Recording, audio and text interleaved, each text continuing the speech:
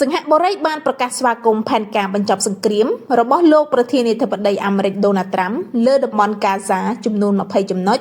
ดับเบิลสดาสันติภาพหนึ่งรีบจอมรัฐพิบาลหลังวิง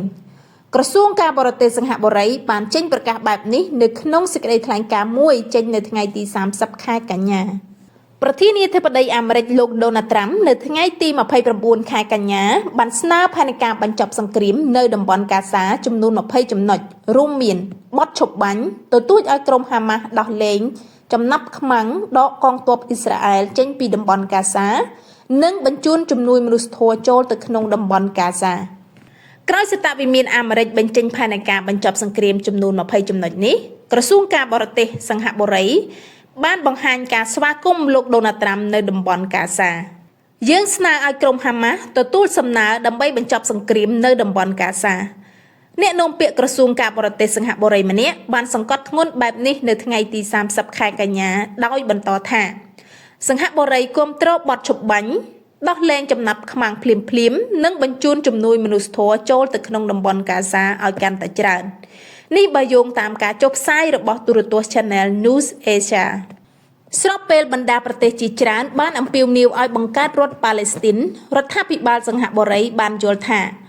ការចរចាលើដំណោះស្រាយរដ្ឋ2គឺស្របនឹងសេចក្តីសម្រេចរបស់ក្រុមប្រឹក្សាសន្តិសុខអង្គការសហប្រជាជាតិនិងជាដំណោះស្រាយដ៏ត្រឹមត្រូវសម្រាប់ជម្លោះរវាងប៉ាឡេស្ទីននិងអ៊ីស្រាអែល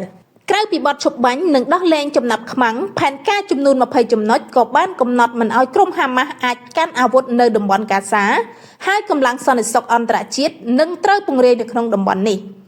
នៅពេលយោធាអ៊ីស្រាអែលបានចាកចេញលើសពីនេះទៅទៀតក្រុមហាម៉ាស់មិនតម្រូវឲ្យគ្រប់គ្រងតំបន់កាហ្សាឡើយហើយហេដ្ឋារចនាសម្ព័ន្ធយោធានឹងត្រូវបំផ្លាញចោលក្រុមហាម៉ាស់ដែលសន្យារស់នៅដោយសន្តិភាពនឹងត្រូវលើកលែងទោសហើយក្រុមហាម៉ាស់ដែលចង់ចាកចេញក៏អនុញ្ញាតផងដែរចំនួនមនុស្សធម៌អន្តរជាតិជាច្រើននឹងបញ្ជូនចូលតំបន់កាហ្សាហើយនឹងត្រូវគ្រប់គ្រងដោយអង្គការអន្តរជាតិអព្យាក្រឹត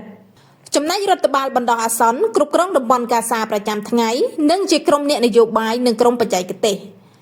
ក្រុមគ្រប់គ្រងនៅតំបន់កាហ្សាត្រូវបានហៅថាក្រុមប្រឹក្សាសន្តិភាពយ៉ាងណាមិញវាមិនច្បាស់លាស់ឡើយថាក្រុមហាម៉ាស់អាចទទួលយកផែនការនេះដែរឬទេ